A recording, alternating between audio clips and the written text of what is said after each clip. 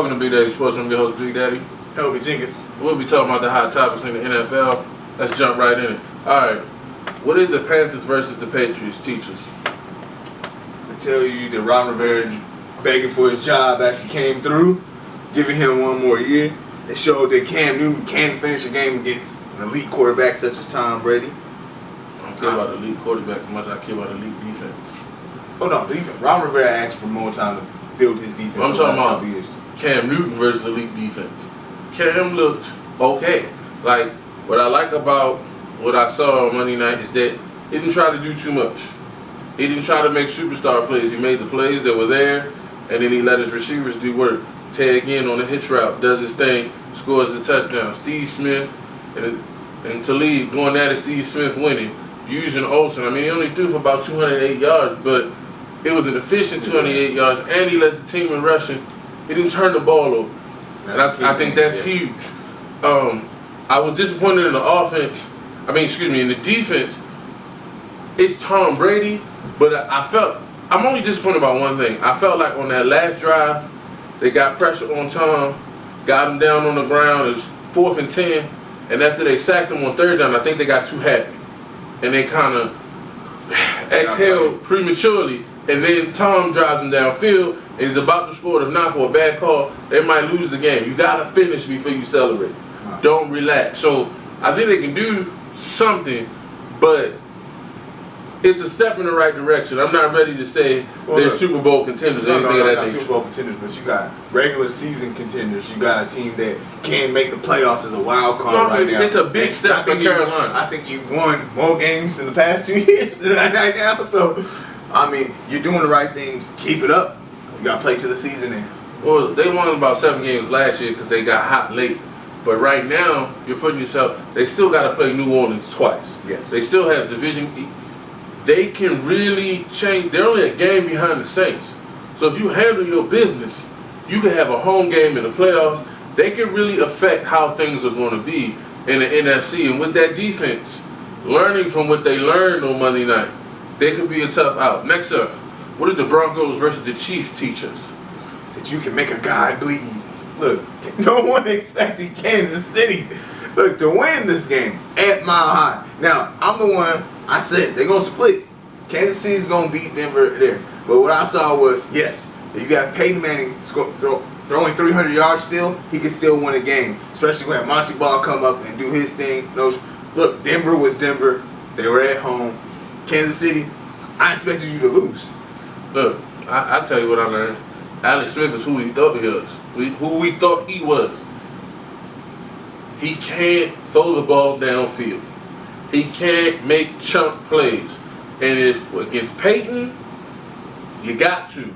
Like they needed him late to make chunk plays and throw. And instead of throwing the ball downfield, he's checking the ball down. No. Hoping and wishing. Now some of this. Against the elite receiver when he played Drew Brees, he threw for throwing. He had better receivers. So I'm not saying Alex Smith is great, but I'm saying Alex is. We've seen him go against another great quarterback. Time out. We can't keep clinging to one game. One game in his career, he's drafted in 2005. The one game we point to is that one game. And mind you, all those big plays, that wasn't wide receivers. That was Vernon Davis. Who's a wide receiver playing tight end against a bad New Orleans defense. Let's call it what it was. So bad defense and to a tight end. He doesn't throw the ball outside the numbers. He just doesn't. Defenses know that. They sit on what he's going to do. And then now he is not equipped with a tight end of quality. Like, no disrespect to Fasano, but his days are gone. And so he's a stopgap. He's in trouble. And I don't see them beating Denver and Kansas City because nothing's going to change. Look, I think you have home field advantage. I think they'll win. It'll be a close game. They'll win. When they needed plays, he was like, okay, I'm going to go to Dwayne Bowe. And all of a sudden, the defense is like, okay, go to Dwayne Bowe. Dominic Rodgers-Cromartie is like, I'm going to let you run your route, and I'm so much faster than you. My catch-up speed, I'm just going to swat the ball. I'm not even playing for this. Well, exactly. They have no advantages on offense. No, that ain't all Alex Smith. No, I agree with that. Andy Reid got some retooling to do with this offense. Wait, but it ain't Andy. You need personnel. Now, Alex don't throw it downfield, but quite frankly, he don't have people to throw it downfield to consistently. Avery dropped some balls in this game. Fullback fumbling the football in this game. Stuff happened that wasn't Alex's fault.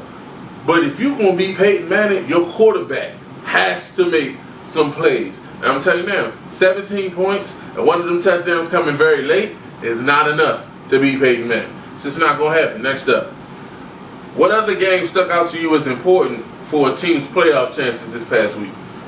I got two. One, Detroit showed me that your defense is still weak. That even if when you make the playoffs, you're gonna make the playoffs. That any team with 5 minutes in the fourth quarter can come back and beat you. Hold up. Not just the defense. You let that Pittsburgh Steelers defense shut your offense down in the second half. Tomlin said we was going to make corrections, and they did. They triple covered Calvin Johnson, and they couldn't do nothing. Matt Stafford had 326 yards first half. Nothing in the second half. Like 29 in the second half. Nothing. And so what's going on? Y'all laughed at me last week when I picked the Steelers to win that game because it's a big boy game. It was in Pittsburgh, and I know, look, Schwartz has changed that team and brought them back to respectability, but to go to the next level, it's going to have to be a different guy. He doesn't have it. I told you. He doesn't coach that team to be better. They get away with everything and he makes excuses for it. And so he's a good football coach, but he's not the guy to take that team to the next level. And you want to talk about personnel, they need another receiver that's consistent other than Calvin Johnson. Oh, I agree. But I just knew they wasn't going to win that game. But I think the other big game last week was the Chicago game versus the Ravens. For two reasons. The Ravens are probably done. You know, they'd have to almost run the table to get in, which is not going to happen. Flacco doesn't have, everybody's looking at Flacco, but it's like, who else on that team is stepping up? Ray Rice just showed up for the first time this season, and then the defense is spotty. Not horrible, but spotty. And you can't be spotty when your offense is not scoring consistently. But I think it's bigger for Chicago. If you're a freshman, you got to look at it now and say, okay, I like Jay Cutler, but based on, do you go back to Jay Cutler come playoff time? I mean, that's going to be a really, and no, don't get me wrong, Jay Cutler is more physically talented than Josh McCown. There's no question. But the team is kind of moving, kind of efficient, doing what it needs to do to win football games. Do you want to, look, I've seen this before in Kansas City in 07. Herm Edwards had Trent Green. Trent Green got hurt late, and the backup quarterback came in, made some plays, and come to the playoff game, he went back with Trent Green. And they should have stuck with Damian Hewitt. And then Trent Green in the playoff game was out of rhythm. He hadn't played in like 7-8 weeks, and the offense didn't click. And it cost you an opportunity. They were favored on the road to beat the Colts that year. And I'm just looking at Chicago, and I see the same thing. Like, you can mess up the momentum you're building by switching the quarterback out. Look, let's be real. The GM and the coach, and I think they've already made up their mind, Cutler's not their guy.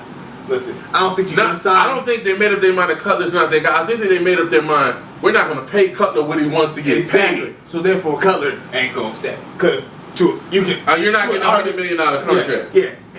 Look, in a place like Jacksonville, they can't afford it. But we'll try to pay him as much money as possible for what he does deliver. My thing is injury prone, and Chicago, you're not going to do that.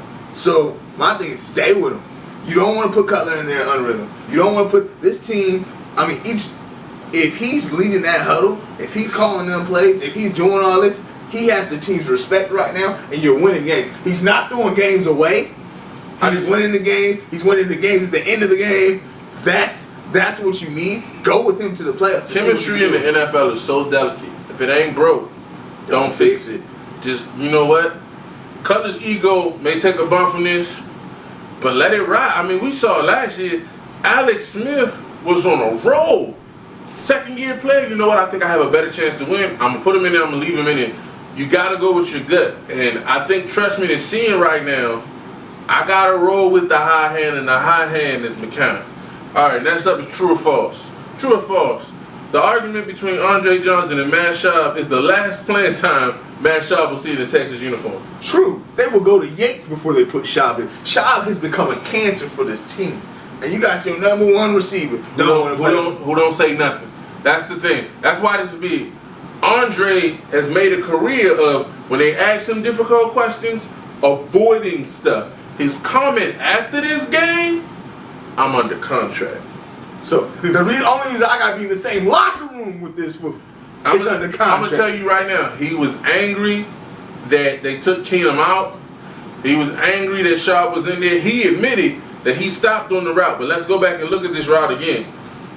There's 3 dudes around him, and we want him to run through people to get to this football. Sharp probably should have went somewhere else. And then on top of that, I haven't called you out all year, and you're Mr. Pick 6. You've turned the ball over and literally cost us games. I make a mistake, and you want to call me out on the sidelines? Matt Sharp's done. Oh, and by the way, Case Keenum has already been announced as starting on Sunday. It didn't take 24 hours. Andre Johnson went in Kubiak's office and told him, if you know what's good for you, you play Keenum. Kubiak acquiesced, and Keenum is starting. Sharp's done. And I don't know if he'll be a starter anywhere next year after the fiasco that just happened in Houston. It's one thing to play bad, but when you've alienated yourself from...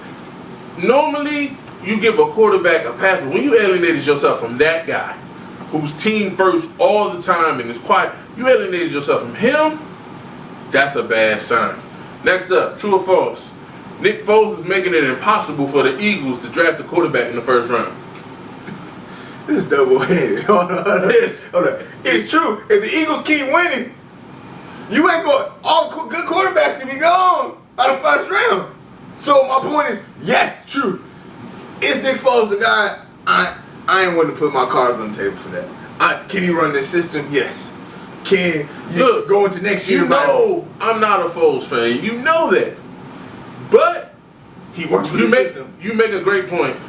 If they make the playoffs, the franchise guys most likely are going to be gone by the time their pick comes. So then you got to trade up, and then you got to see how much value is it in really doing that.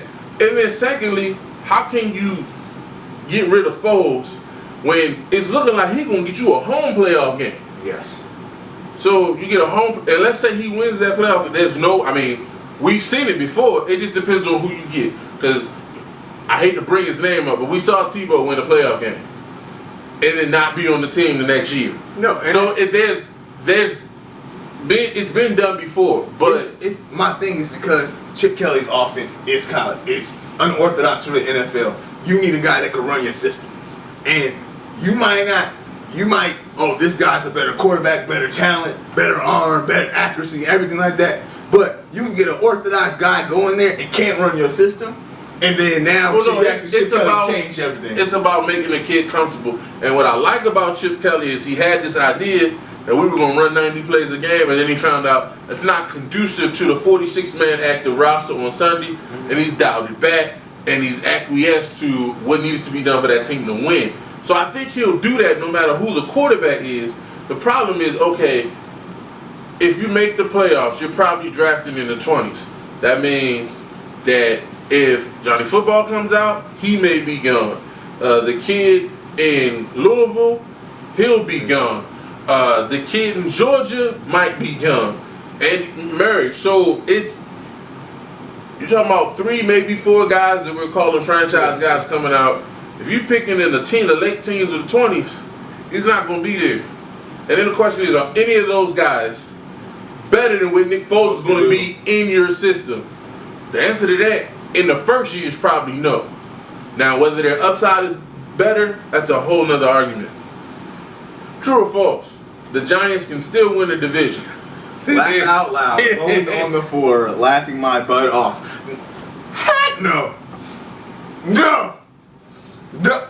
I'll boycott football season all next year if Giants win this division. What the heck? No. You say that. No. They 4-6. I know that's close. That shows how weak the division is. They've won 4-6 to get you still in the playoffs. They 4-6. They've won 4 games in a row. Eli's looking good. Victor Cruz is waking up. Defense is playing better. All of a sudden, Pierre Paul has showed up. The pass rush is coming back. Look, if they start playing beat Dallas this week, we'll talk. Then you got beat Dallas this week. Let's make this an announcement too. that defense has looked better since John Beeson came over from Carolina. I agree that John Beeson staying healthy. That's what it is. He had a couple injury-riddled years. I get that, but all of a sudden, the Giants aren't done by any stretch. No, I'm not saying. But their only shot is the division. They have no shot at the wild card. No wild card at all. You got Eagles ahead of you. You got Dallas ahead of you. Now you beat Dallas. All right, now I think you still a game behind Dallas, I believe, or maybe tied with Dallas. Then you, all right. So now we can talk. But then you talking about the Eagles. You telling them to lose. And quiet as is kept, the Eagles defense has been playing better. They playing that bend but don't break. They give up a lot of yards. They don't let you score in the red zone. They hold people to field goals.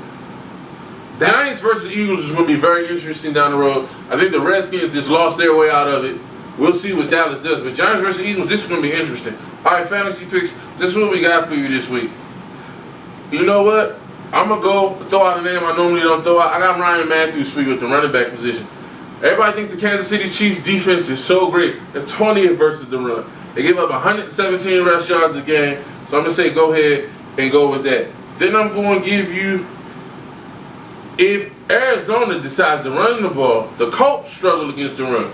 So Andre Ellington might be a good pickup. He struggled last week. They're going to want to get him back in the mix this week. And then San Francisco 49ers defense versus RG3.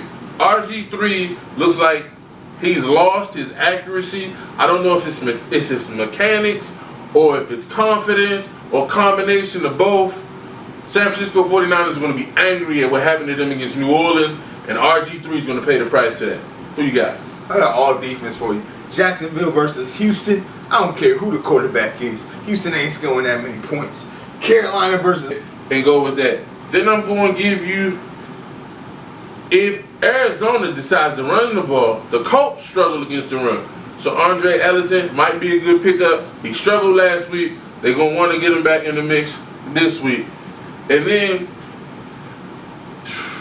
San Francisco 49ers defense versus RG3.